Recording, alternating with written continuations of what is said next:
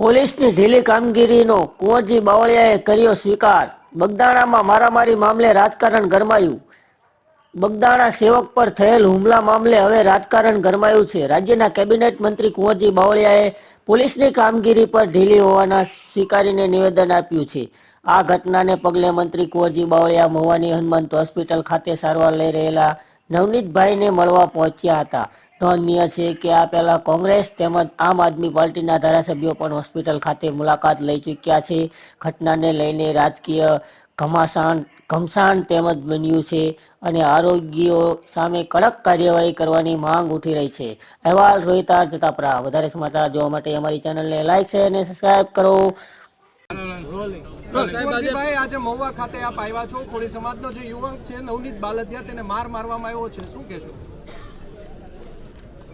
જે બગદાણા ખાતે જે નવનીતભાઈ બાલદિયા વર્ષોથી સમાજ સેવક તરીકે, મંદિરની સેવા તરીકે, જાહેર જીવનમાં અને એક સેવક તરીકે વર્ષોથી કામ કરી રહ્યા છે એવા ભાઈ શ્રી નવનીતભાઈ બાલદિયા ઉપર જે અમાનવી રીતે માર મારીને જે ઘટના ઘટી છે એ ખૂબ દુઃખદ બાબત છે।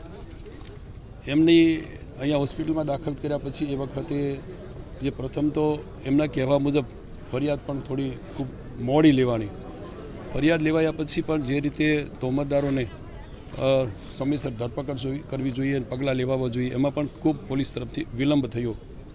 એની સાથે દાખલ થયા પછી જે નામ અપાણા એ પૈકીના તોહમતદારોને ધરપકડ પણ કરવામાં આવી છે, એને રિમાન્ડ પણ માગવામાં આવ્યા છે, પગલાં લેવાના છે અને ફરી વખત નિવેદન પણ ફરિયાદીનું નવનીતભાઈનું લેવાનું છે। પણ જે રીતે એમની તપાસ થવી જોઈએ એની કોલ ડિટેલ તપાસવામાં આવે, મોબાઈલના સીસીટીવી કેમેરા તપાસ કરીને એમાં ખરેખર જે તોહમતદારોમાં સંડોવાયેલા છે, સંકળાયેલા છે એના ઉપર સખત કાર્યવાહી થવી જોઈએ એવી એમની પણ લાગણી છે। હજુ પણ જે દિશામાં જે રીતે તપાસ સંતોષકારક થઈ અને પગલાં લેવાવા જોઈએ એમાં એમની અત્યારે મેં બધા મળ્યા, એમની જે વાત છે એ પ્રમાણે સંતોષકારક નથી। હજી તોહમતદારના જે રીતે મોબાઈલ કોલ ડિટેલ આ બધું તપાસ્યા પછી જે કાર્યવાહી થવી જોઈએ એ સંતોષકારક પોલીસ તરફથી કોઈ કાર્યવાહી હજુ પણ થતી નથી।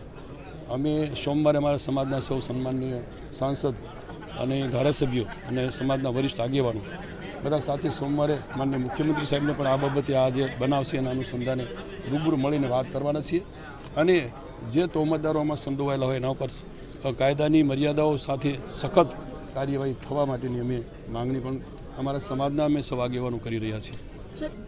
સામાજિક વેચવાણું તો ઊભું થઈ રહ્યું છે તેવી પણ વાત છે, સમાજને શું અપીલ?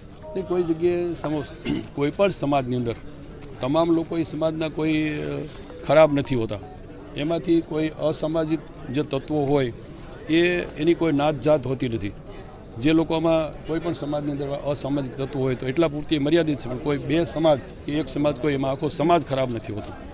અચ્છા કુંવરજીભાઈ, ખાસ કરીને નવનીત બાલદિયાના આક્ષેપ છે તળાજા તાલુકા ભાજપના યુવા પ્રમુખ છે જયરાજ આહિર, જે માયાભાઈ આહિરના દીકરા છે, તેની સામે હજી પોલીસ છે તેનું નામ નથી ખોલતી તેવો તે આક્ષેપ કરી રહ્યા છે। હજુ પણ હમણાં આપને મેં કહ્યું તેમ એની મોબાઈલની કોલ ડિટેલ અને સીસીટીવી કેમેરાઓ એ તપાસાય અને એમાં જે કોઈ તોહમતદાર છે એને કોઈને છોડવામાં નહીં આવે એવી વાત અમે અમારા અધિકારીઓ પોલીસ અધિકારીઓને પણ કહેવાના છીએ અને માનનીય મુખ્યમંત્રી સાહેબને પણ અમે સોમવારના દિવસે બધા સમાજના આગેવાનો, ધારાસભ્યો, સંસદ સભ્યો બધા મળીને એ વાત કરવાના છે। જે કોઈ તોહમતદાર હોય એ કોઈને આમાં છોડવામાં ન આવે અને પૂરી સખ્તાઈથી પગલાં લેવામાં આવે।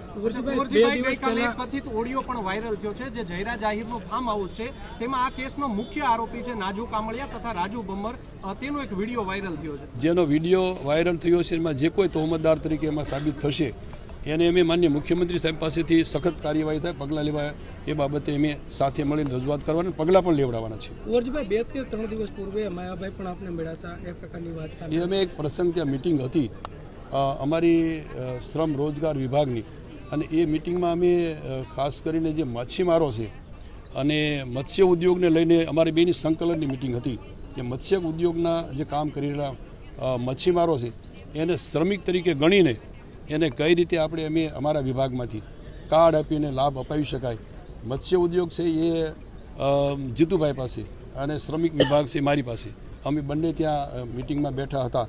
મિટિંગ પૂરી થઈ ત્યાં માયાભાઈ આવી ગયા અને એક સાધુ પણ એમની સંત પણ એમની સાથે હતા. એટલે એ બધા મેં જોગાનો જોગ ત્યાં આ મિટિંગમાં ભેગા થયા. એમની સાથે કોઈ લેવા દેવા આ બનાવની કાંઈ લાગે વળગે નહીં. અને આ બનાવની ત્યારે મને જાણ પણ નહોતી, અમને એને બેમાંથી એકની જાણ નહોતી. એટલે આ બાબતને કોઈ લાગે કોઈ પ્રકારની નહીં, ફક્ત ચા પાણી પીને છૂટા પડ્યા.